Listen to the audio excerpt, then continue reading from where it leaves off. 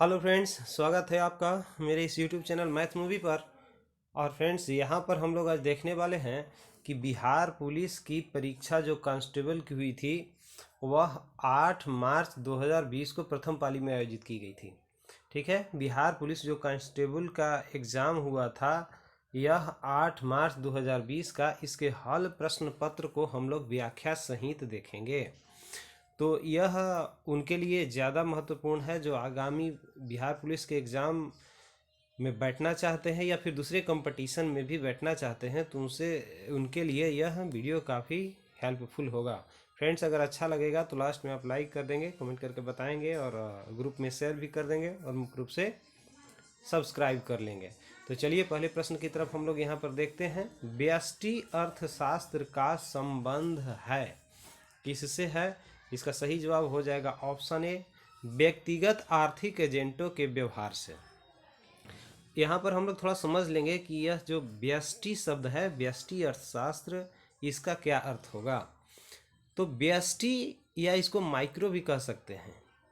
अर्थशास्त्र की वह शाखा है जो व्यक्तिगत निर्णायक शक्ति जैसे उपभोक्ता या फर्म के व्यवहार का अध्ययन करती है, तो यह व्यष्टि अर्थशास्त्र कहलाता है। दूसरे प्रश्न की तरफ हम लोग देखें तो यह कह रहा है कि नर प्रजनन तंत्र के संदर्भ में कौन सा सही विकल्प है? तो इसका सही विकल्प आपको हो जाएगा प्रोस्टेट ग्रंथि, टेस्टोरेन और शुक्राणु। यही नर प्रजनन तंत्र के संदर्भ में सही कथन होगा। अच्छा, ये प्रोस्टेट ग्रंथि, टेस्टोरेन और शुक्राणु यही सही क्यों होगा, इसके बारे में थोड़ा सा जान लें। तो आप जानते ही होंगे कि वृषण पुरुष का प्राथमिक जनन अंग है।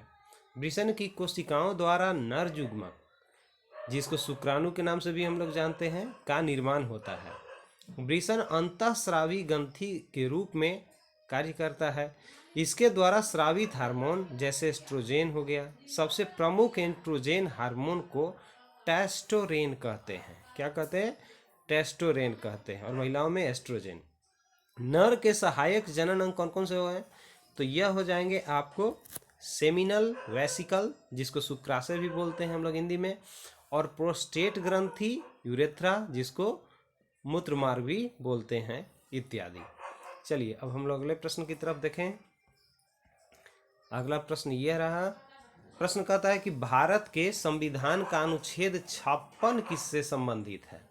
अनुच्छेद 56 के बारे में चर्चा करें तो फ्रेंड्स ये हो जाएगा ऑप्शन सी, भारत के राष्ट्रपति के कार्यकाल के प्रावधान से करता है। अच्छा, और थोड़ी जानिए, संविधान का अनुच्छेद जो 56 होता है वह राष्ट्रपति के कार्यकाल से संबंधित होता है। अनुच्छेद 56 के अनुसार राष्ट्रपति अपने पद ग्रहण की तारीख से 5 वर्ष की अवधि तक धारण कर सकता है, अर्थात 5 वर्ष के लिए वह राष्ट्रपति बना रह सकता है। कौन बताता है? 56। अच्छा, यहीं पर एक प्रश्न करें आपसे हम कि धारा 356 अनुच्छेद यह क्या है? तो जब राज्यों में राष्ट्रपति शासन लगता है यह अनुच्छेद 356 के हिसाब से ही लगता है, धारा 356 के अंतर्गत ही लगता है। और बताइए कि धारा जो 368 है अर्थात अनुच्छेद 368 किस चीज़ से संबंधित है?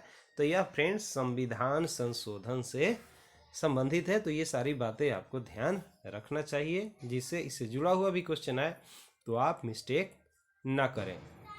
चलिए यहाँ पर अगला प्रश्न कहता है KMnO4 में मैंगनीज का ऑक्सीकरण संख्या क्या है? तो यह हो जाएगा आपको +7। अगला प्रश्न देखिए, मैथ से है, क्वेश्चन नंबर 5 कहता है कि हानि प्रतिशत क्या है, अर्थात हानि प्रतिशत निकालना है। यदि 96 केले 42 रुपये प्रति दर्जन की दर से खरीदे गए तथा 252 रुपया में बेच दिए गए तो हानि प्रतिशत क्या होगा? इसका सही जवाब ऑप्शन ए हो जाएगा 25%।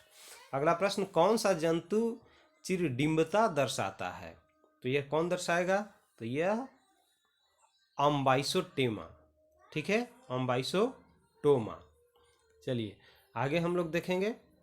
अच्छा, एक बात ये थोड़ा नया आपको शब्द सुनने में आ रहा होगा, चिरडिम्बिता या फिर अम्बाइसटोमा। तो थोड़ा इसके बारे में जानिए। अम्बाइसटोमा सैलामेंडर जाति का उभयचर है।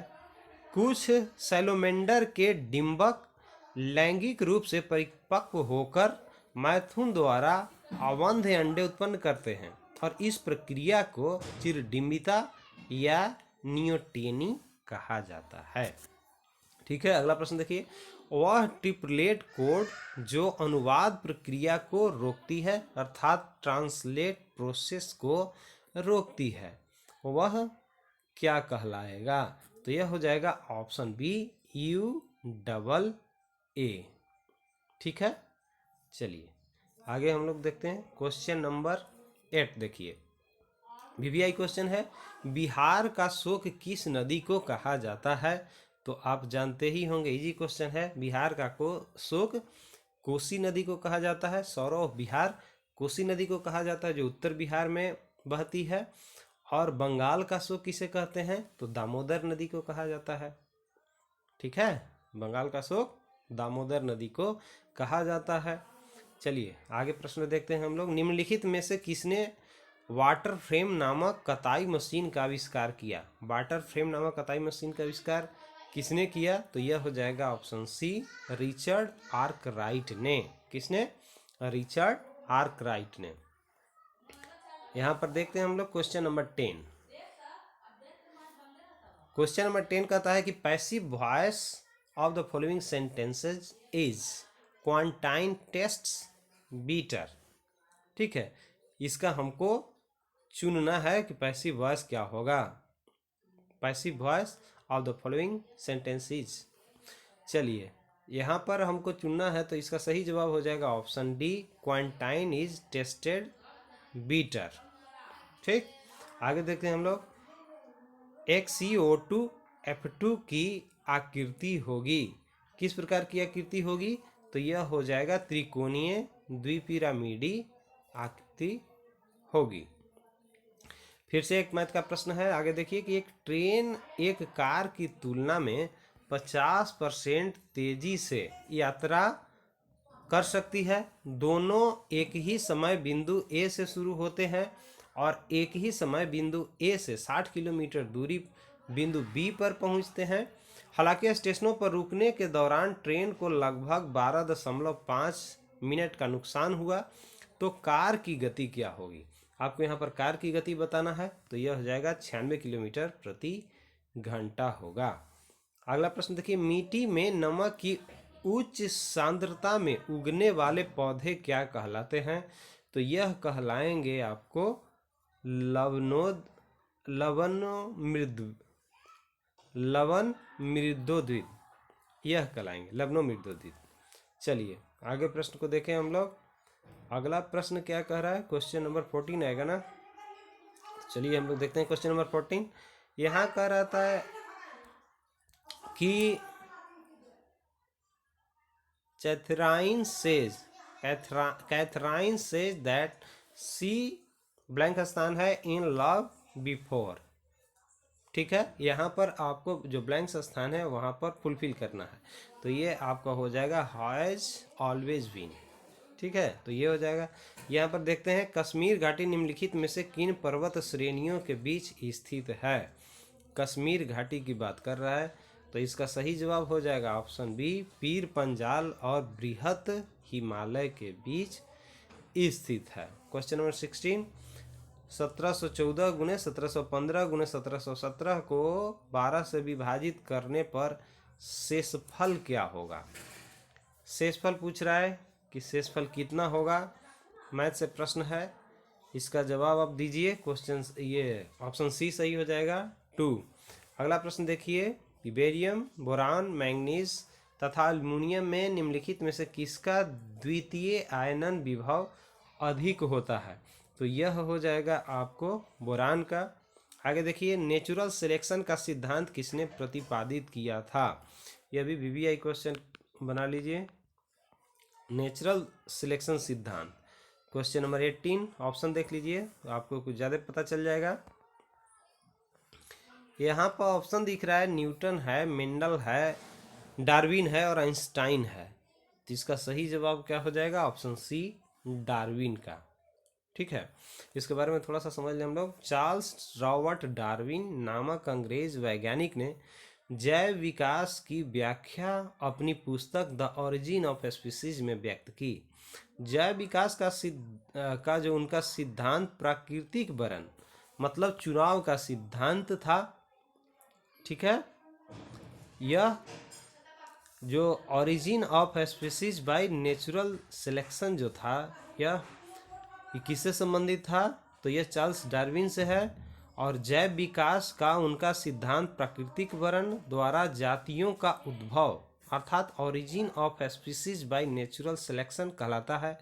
उनका यह सिद्धांत उनके प्रसिद्ध समुद्री यात्रा के दौरान किए गए अवलोकनों के आधार पर संबंधित है। अगला प्रश्न देखिए, ध्वनि सबसे तेज संचरण करती है, किस चीज में सबसे तेज चलेगा? तो इसका सही जवाब आपको हो जाएगा ठोस में। ठीक है, 19 का सही जवाब हो जाएगा ए, क्योंकि आप जानते हैं कि ध्वनि का वेग माध्यम पर निर्भर करता है। यह ठोस में अधिकतम होता है, द्रव में उससे कम होता है और गैस में सबसे न्यूनतम होती है। अर्थात सबसे ज़्यादा ठोस में, उसके बाद द्रव में और सबसे कम गैस में। इस कारण सबसे अधिक कहाँ हो जाएगा? तो ठोस में।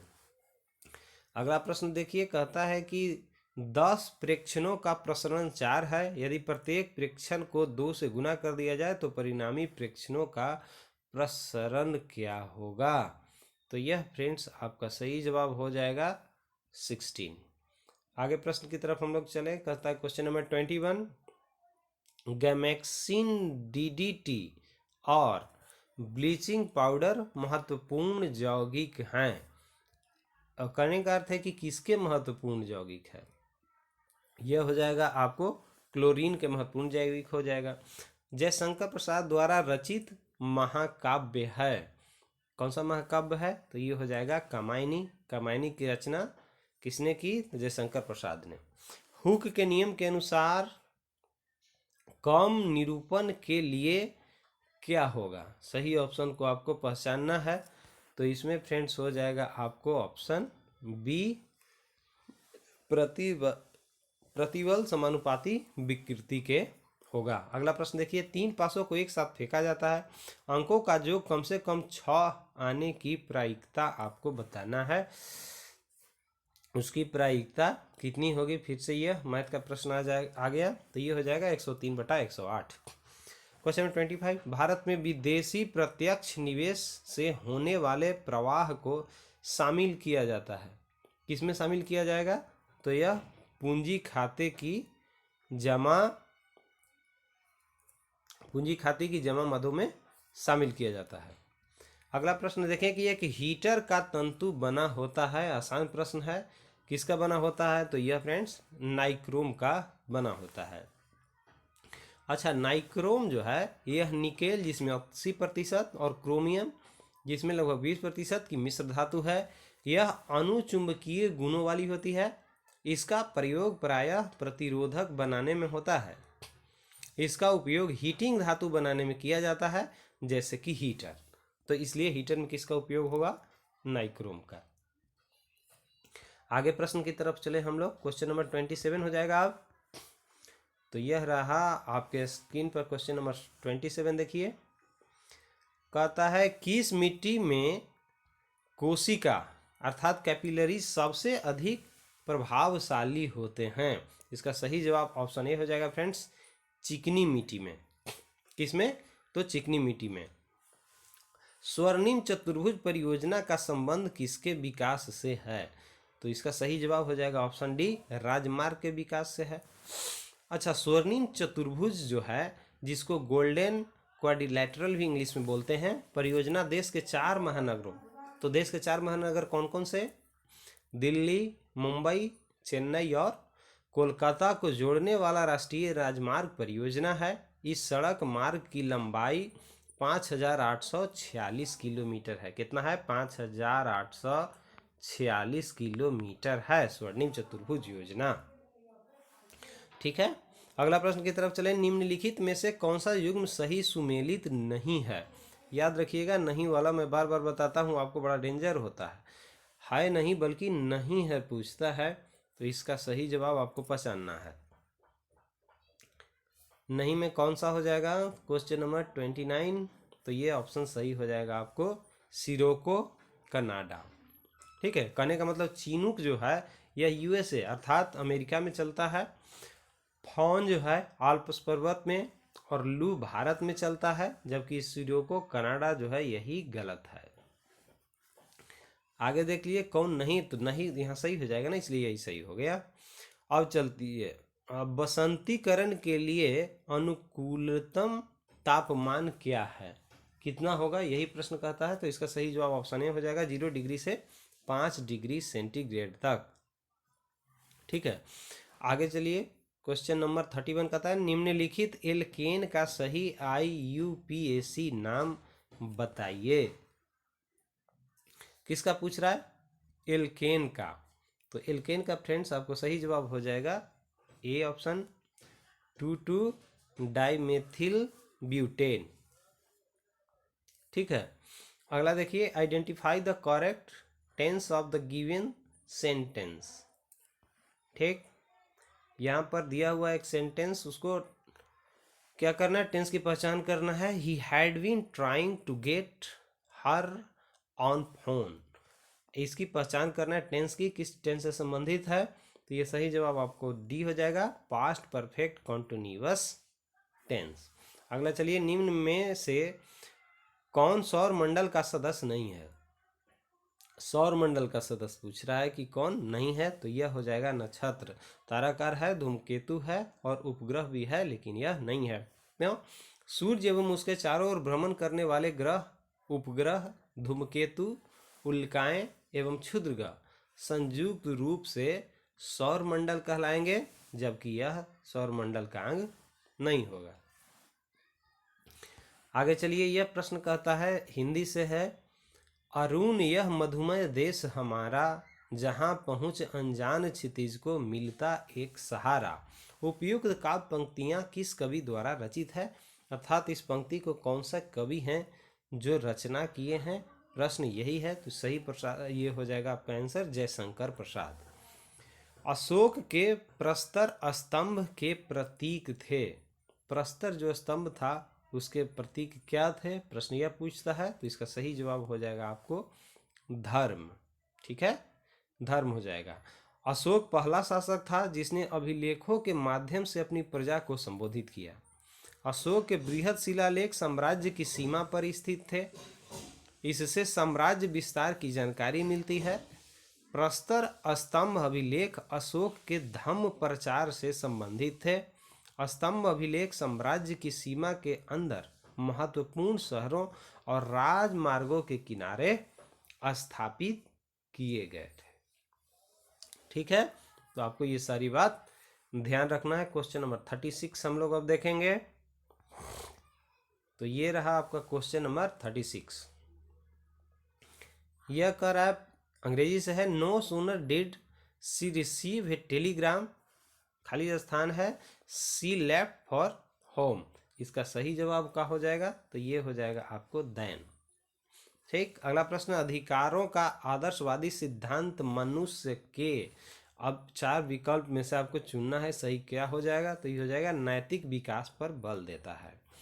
आदर्शवादी सिद्धांत किस पर बल देता है, नैतिक विकास पर बल देता है। आदर्शवादी सिद्धांत से संबंधित कौन है, स्वामी विवेकानंद हो गए, गांधी जी हो गए इत्यादि। ठीक है, अच्छा अब ये देखिए, इंटर से प्रश्न था यह, और वह भी कैलकुलस से है, डिफरेंशिएशन से। कहता है dy/dx e⁻x sin x, इसका मान क्या होगा निकालना था। तो इसका सही जवाब हो जाएगा e⁻x sin x plus cos x। अगला प्रश्न, choose the correct option converting the following sentence into passive voice में इसको चेंज करना है। It is time to ring the well, इसका पैसिव वॉइस क्या हो जाएगा। तो यह फ्रेंड्स आपका ऑप्शन डी पर ध्यान दीजिए, ये हो जाएगा it is time for the bell to be run, option D is right answer. अगला प्रश्न देखिए, निम्नलिखित में से प्रेम शब्द का पर्यायवाची शब्द नहीं है। फिर से नहीं वाला पूछा ना, नहीं वाला आपको बड़ा डेंजर प्रश्न होता है, क्योंकि अक्सर उसमें सही में आंसर ट्रिक हो जाया करता है। इसलिए इसका सही जवाब आपका ऑप्शन हो जाएगा डी, घृणा। अनुराग भी प्रेम का प्रतीक है, प्रणय भी प्रेम का प्रतीक है, और प्रीति भी, ये सबसे प्रेम के पर्यायवाची शब्द हैं, उससे रिलेटेड है, जबकि यह उल्टा है। जीनर डायोड का प्रयोग निम्न रूप में होता है, किस रूप में होगा? तो यह हो जाएगा आपको वोल्टता नियंत्रक के रूप में होता है। अगले प्रश्न, भूमिपुत्र शब्द किस समस्या से संबंधित है? भूमिपुत्र शब्द जो है किस समस्या से संबंधित है? तो यहाँ आपको देखना है, 4 ऑप्शन दिए गए हैं और उसके अनुसार आपको चूज करना है। तो यह फ्रेंड्स हो जाएगा क्षेत्रवाद से, क्षेत्रवाद से संबंधित है। आगे चलिए, अगला प्रश्न कहता है केप ऑफ गुड होप। ठीक है, ये रहा आपका प्रश्न, केप ऑफ गुड होप को किसने खोजा? ठीक, तो इसका सही जवाब तो पहले आप जान लीजिए कि बार्थोलोमियो डियाज ने खोजा, ऑप्शन सी हो जाएगा। अच्छा, थोड़ी सी जान लीजिए आप, पुर्तगाल के बार्थोलोमियो डियाज ने कब? 1488, ठीक है, 1488 में केप ऑफ गुड होप की खोज की। यह स्थान दक्षिण अफ्रीका में है। इसी स्थान से होकर पुर्तगाली वास्को डी गामा भारत पहुंचा था। समझ में आ गया? मतलब केप ऑफ गुड होप की खोज बार्थोलोमियो डियाज ने किया, और यह जगह केप ऑफ गुड कहाँ है? तो अफ्रीका में है। अफ्रीका में भी कहाँ? दक्षिण अफ्रीका में है। और फिर इसी रास्ते से बाद में 1498 में जब इंडिया की खोज की वास्को डी गामा ने, तो इसी रास्ते से होकर के आया था। ठीक है, अटलांटिक महासागर होते हुए। आगे प्रश्न पर चलें, अनवकरणीय ऊर्जा का स्रोत है। नवकरणीय का मतलब नए रूप में अब जो इस्तेमाल होता है, ट्रेडिशनल की बात नहीं कर रहा है। तो इसका सही जवाब आप पहले जान लीजिए, ऑप्शन ए हो जाएगा कोयला। अनवीकरणीय जिसको फिर से हम लोग पुनः उत्पादित नहीं कर सकते, मतलब उसका भंडार खत्म होते जाएगा, तो ये अनवीकरणीय में कोयला। पवन तो खत्म होने वाला नहीं है, जल भी नहीं है, और सूर्य का जो लाइट आता है उससे हम लोग ऊर्जा का इस्तेमाल कर रहे हैं वो भी नहीं। कोयला एक सीमित मात्रा में ये खत्म हो सकता है, इसे अनवीकरणीय है, उसका पुनर्चक्रण द्वारा फिर से जल्दी पूर्ति नहीं होता है। अब यहाँ पर देखते हैं क्वेश्चन नंबर 45। ये कहता है कि जब नियोजन विनियोग नियोजित बचत से अधिक हो तब क्या होगा? तो ये फ्रेंड्स हो जाएगा ऑप्शन ए, राष्ट्रीय आय बढ़ती है। 46 क्वेश्चन नंबर देखते हैं हम लोग। 46 क्वेश्चन नंबर क्या कहता है कि साहित्यिक का शुद्ध शब्द क्या होगा? इसका शुद्ध चुनना है, शुद्ध शब्द का चुनाव करना है। तो ये हो जाएगा आपको साहित्यिक। ठीक है, साहित्यिक ही लिखा हुआ था लेकिन शुद्ध साहित्यिक हो जाएगा। आगे देखिए, टमाटर की कीमत में 25% की वृद्धि होती है और तत्पश्चात 25% की कमी हो जाती है। टमाटर की कीमत में शुद्ध वृद्धि या कमी का प्रतिशत क्या है? तो इसका सही जवाब हो जाएगा 6.25%। ठीक है, तो आप एक सूत्र जानते होंगे कि A + B + A × B बटा AB और परसेंट, इसमें ये रख देना है। लाभ परसेंट के जगह पर ये प्लस में लीजिएगा, माइनस परसेंट के जगह पर माइनस में ले लीजिएगा, और इस तरह से कीजिएगा तो जो हल करेंगे आप आ जाएगा यही। तो यही सूत्र पर आधारित है वो। ठीक है, अगला प्रश्न देखें हम लोग। ये कह रहा है निम्न में से किस अणु आयन का अयुग्मिक इलेक्ट्रॉन नहीं होते हैं? फिर से नहीं वाला प्रश्न पूछ रहा है, तो इसका सही जवाब आपको हो जाएगा फ्रेंड्स डी ऑप्शन Br2। कहता है सिंधु घाटी की सभ्यता की अधिकतर मुहरें निम्नलिखित हैं। मतलब ज़्यादा से ज़्यादा जो मुहरें हैं वह किस चीज़ की बनी है, प्रश्न ये कह रहा है। तो इसमें आप जब देखेंगे ध्यान से, इस चैप्टर को आप पढ़ेंगे तो आपको पता चलेगा कि जो सेल खड़ी था उससे बने होते थे मुहरे। सेल खड़ी मतलब पक्की मिट्टी, सेल खड़ी। ठीक है, क्वेश्चन नंबर 49, सेल खड़ी क्या है? तो सेल खड़ी एक चिकनी और मुलायम पत्थर होते हैं। इसका उपयोग सिंधु घाटी की सभ्यता की अधिकतम मुहरे बनाने में किया गया था। अच्छा, ये प्रश्न थोड़ा इंपॉर्टेंट है, इसको आप ज़्यादा ध्यान में रखेंगे। सेल खड़ी की मुहरें ज़्यादा से ज़्यादा बनी थी। 2001-2011 की अवधि में बिहार की जनसंख्या में दशकीय वृद्धि की दर क्या थी? जो दशकीय वृद्धि थी मतलब 10 वर्षों में कितना प्रतिशत वृद्धि? तो ऑप्शन ए 25.42% की वृद्धि हुई है। ठीक है, चलिए अगले प्रश्न पे चले। सुभाष चंद्र बोस अंतर्राष्ट्रीय हवाई अड्डा अवस्थित कहाँ है? तो ये अंतर्राष्ट्रीय हवाई अड्डा जो है यह कोलकाता में अवस्थित है। ठीक, अगला प्रश्न की तरफ चले।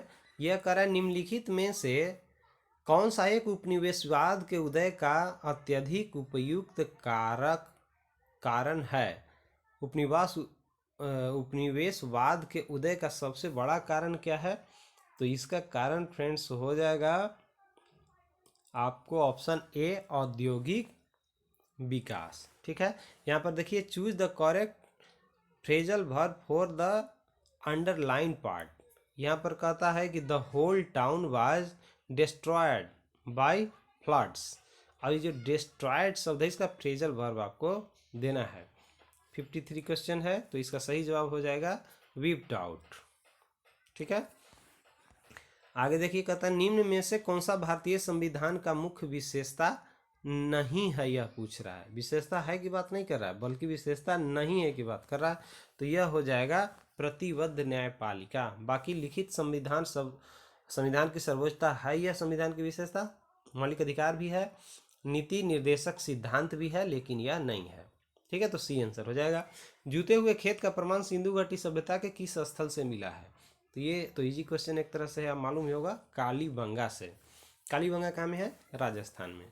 राजस्थान की कालीबंगा स्थान पर हल रेखा का साक्ष्य मिला है जो प्राक हड़प्पा अवस्था से संबंधित है। उससे यह अनुमान लगाया गया है कि हड़प्पा काल में राजस्थान में हल जोते जाते थे। खेतों में हल रेखाओं के दो समूह एक दूसरे को समकोण पर काटते थे, जिससे एक साथ दो अलग अलग फसल उपजाने का पता चलता है। ठीक है, तो ये सारी बातें किसे है? कालीबंगा से या राजस्थान से संबंधित है, राज्य से। अब आगे प्रश्न की तरफ हम लोग चलें।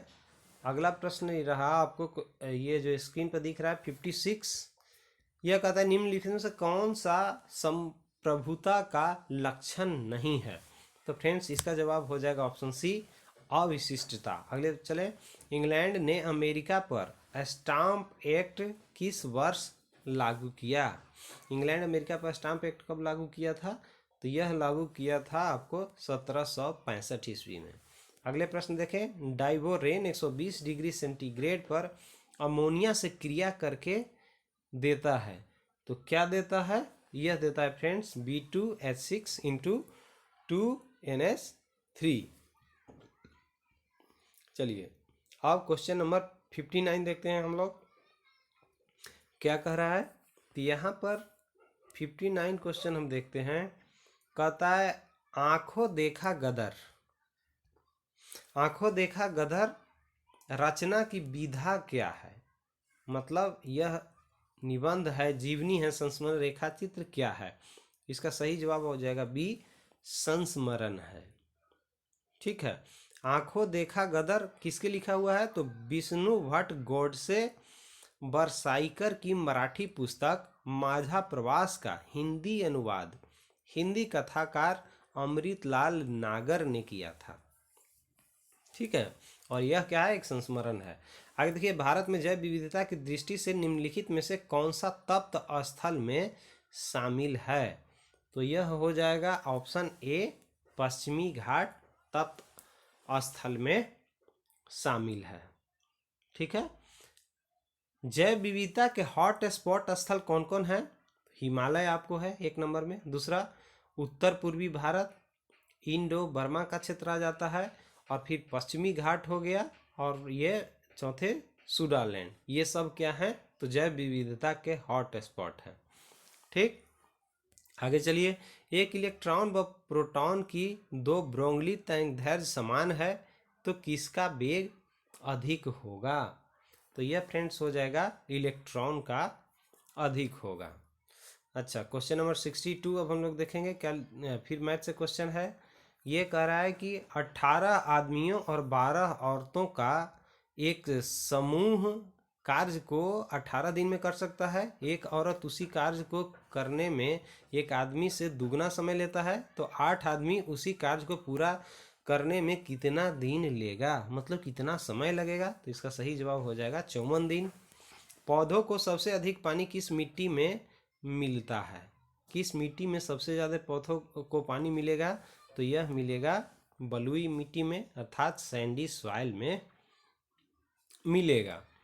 अगला प्रश्न को हम लोग देखें। क्वेश्चन नंबर 64 कह रहा है कि जल चक्र में कौन सी प्रक्रिया सम्मिलित नहीं है?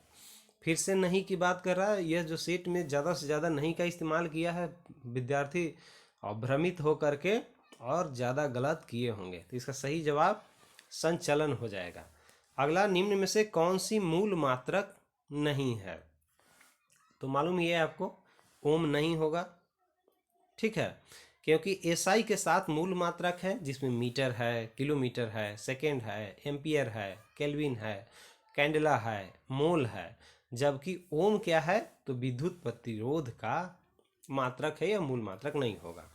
आगे, संयोजक यौगिक है। अब क्या है, इसका चुनाव करना है, तो यह हो जाएगा बंध अणु के बीच इलेक्ट्रॉनों के साझे से बनते हैं, ठीक है। क्वेश्चन नंबर 67 हम लोग देखें। 67 फिर से ये आपको निम्नलिखित में से निम्नलिखित गति में कौन सी तीव्रतम है, मतलब सबसे ज़्यादा गति किसका है? मैथ सही है। 5 मीटर प्रति सेकेंड, 270 मीटर प्रति मिनट, 19 किलोमीटर प्रति घंटा या 18,500 मीटर प्रति घंटा। इसका सही जवाब हो जाएगा ऑप्शन सी, 19 किलोमीटर प्रति घंटा। आगे देखिए, प्रश्न काल के ठीक बाद के समय को कहा जाता है। तो ये आपको मालूम ही होगा, शून्य काल कहा जाएगा ना। क्या कहा जाएगा? शून्य काल कहा जाएगा। अच्छा, ये बात को जानिए थोड़ा सा। संसद के दोनों सदनों में प्रश्नकाल के तत्काल बाद का समय शून्यकाल कहलाता है। यह नाम प्रेस द्वारा दिया गया है। शून्यकाल के बाद दोपहर के भोजन का समय हो जाता है। शून्यकाल में ऐसे मामलों को उठाया जा सकता है जिनकी कोई पूर्व सूचना नहीं दी जाती है। शून्यकाल में उठाए गए मामलों के संबंध में नियमों का कोई विशेष उपबंध नहीं है। तो प्रश्नकाल के बाद क्या हो जाएगा? शून्यकाल। मतलब 11 से 12 प्रश्नकाल हो गया, फिर 12 से 1 हो गया, तो शून्यकाल यह हो जाता है। अब देखते हैं, बिहार में कुल संसदीय निर्वाचन क्षेत्रों की संख्या है। अर्थात कहने का मतलब है कि बिहार से कितने लोकसभा की सीट हैं, लोकसभा उम्मीदवार चुने जाते हैं। प्रश्न यही कह रहा है, तो यहाँ से 40 उम्मीदवार चुने जाते हैं, ठीक। अब आगे प्रश्न के हम लोग देखें। फिर इंग्लिश से है, fill in the blank with appropriate model. क्या कहता है? Ram is not feeling well, he खाली स्थान है कंसल्ट डॉक्टर। यहाँ पर राइट आंसर क्या हो जाएगा? तो यहाँ पर हो जाएगा ऑप्शन बी, शुड, ठीक। आगे देखते हैं, जब वस्तु की कीमत बढ़ने पर कुल व्यय बढ़े तो मांग की कीमत लोच होगी, ठीक है। अब किस प्रकार की होगी? तो यह हो जाएगा ऑप्शन बी, आपको इकाई से कम। यहाँ पर देखते हैं, साइन माइनस 1125 डिग्री का मान क्या होगा? प्रश्न यह मैथ से है और ये भी इंटर से है, तो यह हो जाएगा -1/√2। चलिए, ये रहा कुलगार्डी, यह तो जानते ही होंगे। कुलगार्डी किसके लिए प्रसिद्ध है? इजी क्वेश्चन कहा जा सकता है, विद्यार्थी जो पढ़े होंगे उनके लिए। तो यह सोना के लिए प्रसिद्ध है, ठीक है। अब कहाँ में है? तो पश्चिम ऑस्ट्रेलिया में स्थित कुलगार्डी सोने की खान के लिए प्रसिद्ध है। अर्थात पूछा जाएगा कुलगार्डी कहाँ है, तो ऑस्ट्रेलिया में है, ठीक। ऑस्ट्रेलिया की राजधानी कैनबेरा। एसआई मात्रकों में बोल्ट्जमान नियतांक का मान कितना होता है? प्रश्न ये है, तो इसका सही ऑप्शन हो जाएगा 1.38 × 10⁻⁻23 जूल प्रति केल्विन। आगे देखते हैं हम लोग, निम्नलिखित में से कौन सा एक कार्बोहाइड्रेट नहीं है? फिर से नहीं वाला आ गया। इसमें ज़्यादा नहीं है प्रश्न का इस्तेमाल किया गया है, जो बड़ा कन्फ्यूजनल हो जाता है, ध्यान बच्चा नहीं दे पाता है। तो इसका सही जवाब हो जाएगा फ्रेंड्स आपको सी, ग्लाइसिन हो जाएगा।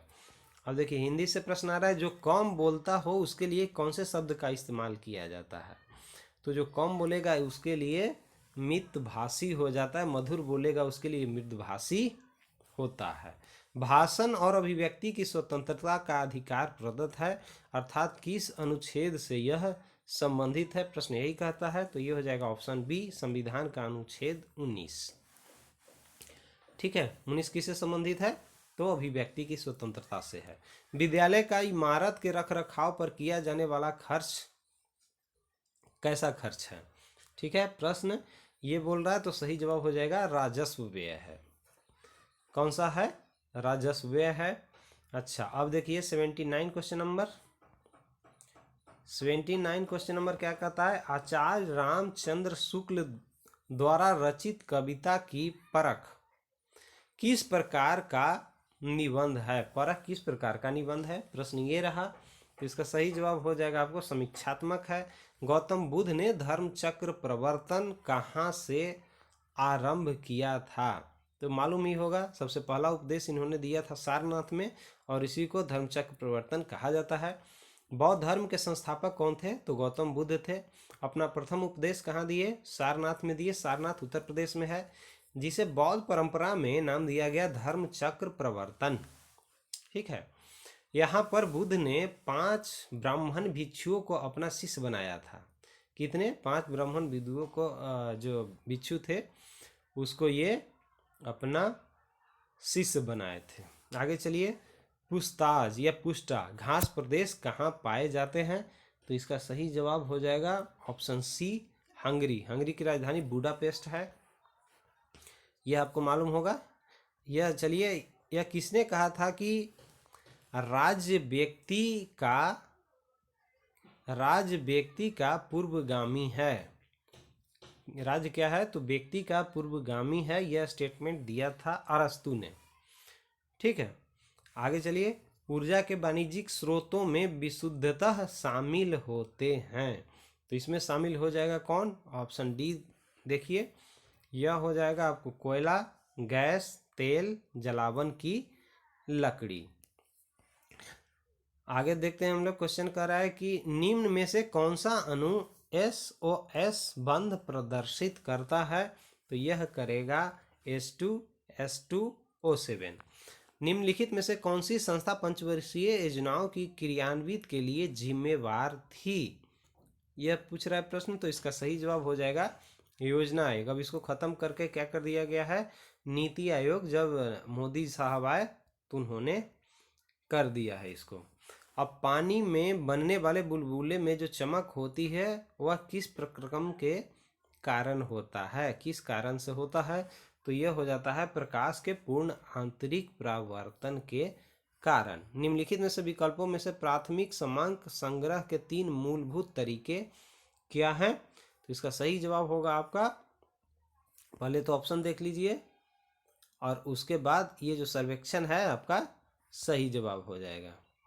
ठीक है, क्वेश्चन नंबर 87 होगा। अब हम लोग कहाँ पर देखेंगे, 88। अच्छा, यहाँ पर देखिए ऑप्शन के रूप में दिया हुआ है, कोड के रूप में मिला करके, तो इसका जो अभी जो मैंने प्रश्न बोला 87, इसका सही जवाब हो जाएगा ऑप्शन बी, अर्थात 1, 2 और 4। देख लीजिएगा बैक करके आप एक वीडियो को, उसे आंसर मिला लीजिएगा। अगला प्रश्न अंग्रेजी से है, convert the following sentence into negative from affirmative, choosing the correct option given below. She is too innocent to doubt him. अब इसका क्या करना था, तो अफर्मेटिव से नेगेटिव करना था ना, तो इसका सही जवाब हो जाएगा आपको option A, she is so innocent that she cannot doubt him. आगे देख लीजिए, क्वेश्चन नंबर 88 कह रहा है, अखिल भारतीय उपभोक्ता मूल्य सूचकांक में सबसे ज़्यादा संयुक्त वजन वाला आइटम है, कौन सा है, तो यह हो जाएगा ऑप्शन बी, खाद्य और पेय।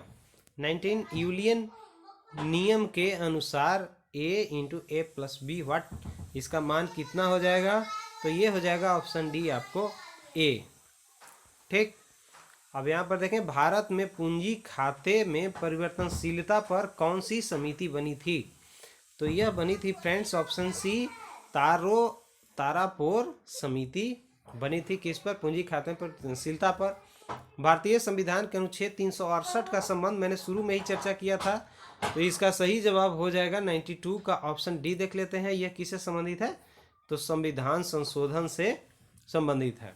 93 का था बिहार एवं उत्तर प्रदेश प्रदेशों की सम्मिलित परियोजना क्या है? दोनों को ज्वाइंट रूप से कौन सी परियोजना चलता है, तो ये हो जाएगा गंडक परियोजना। ठीक है, ये दोनों को संयुक्त रूप से चलता है। 94 प्रश्न देखिए, भारत की कौन सी निर्यात आयात नीति ने ऋणात्मक सूची के अलावा सभी मदों के स्वतंत्र आयात की अनुमति दी? ठीक है, तो इस तरह के जो क्वेश्चन है तो इसका जवाब हो जाएगा ऑप्शन डी। एड्स रोग के जनक हैं क्या हैं, तो आपको मालूम होगा ये विषाणु से होगा ना। 95 विषाणु से होगा। अच्छा, अगले प्रश्न हम लोग देखते हैं 96 है, कुल इसमें 100 प्रश्न है। तो यह प्रश्न कहता है कि रासायनिक परिवर्तन के लिए असत्य कथन चुनना है। फिर से असत्य कथन है, तो यह उत्क्रमणीय परिवर्तन है। चलिए अब लोग अंत की तरफ हम लोग हैं। क्वेश्चन नंबर 97 देखिए। 97 क्वेश्चन नंबर कहता है कि निम्नलिखित में से कौन सा सौर मंडल का भाग नहीं है? तो सौर मंडल के भाग कौन नहीं हो जाएगा, तो ये निहारिका नहीं होगा, क्षुद्र ग्रह होगा, धूमकेतु होगा, ग्रह भी होंगे, उपग्रह रहता वो भी होता, निहारिका नहीं होगा। ये सही आंसर होगा। 98 क्वेश्चन नंबर ये कह रहा है मानव के रुधिर का विडाल टेस्ट किसके संक्रमण को दर्शाता है? अर्थात विडाल टेस्ट से किस रोग की पता लगाई जाती है, किसकी जांच होती है? तो यह होगा फ्रेंड्स ऑप्शन डी आपको, साल्मोनेला टाइफी। ठीक है, इसके संक्रमण का पता चलता है। अगला प्रश्न कर रहा है कि निम्न में से कौन सा भाग मनुष्य के मादा प्रजनन तंत्र में नहीं होता है? तो यह हो जाएगा ऑप्शन सी, शुक्रवाहिनी नहीं होता है, गर्भाशय होगा, अंडवाहिका होगा, अंडाशय होगा। ये पुरुष जो जनन केंद्र है, जनन जो अंग है उसमें पाया जाएगा। ये लास्ट क्वेश्चन है, मेसोपोटामिया का अभिप्राय बताना है आपको। इसका अभिप्राय क्या हो जाएगा, तो ये इसका मतलब होता है दजला फरात नदियों के बीच की जो उपजाऊ धरती है उसे ही संबंधित है मेसोपोटामिया। मेसोपोटामिया, ठीक है, समझ गए? तो यह इससे है। और आज का यह लास्ट क्वेश्चन था फ्रेंड्स। कैसा लगा आप बताइएगा, हमें कमेंट करके लाइक कर दीजिएगा, शेयर भी कर देंगे और मुख्य रूप से सब्सक्राइब कर लेंगे। बहुत बहुत धन्यवाद, थैंक यू वेरी मच।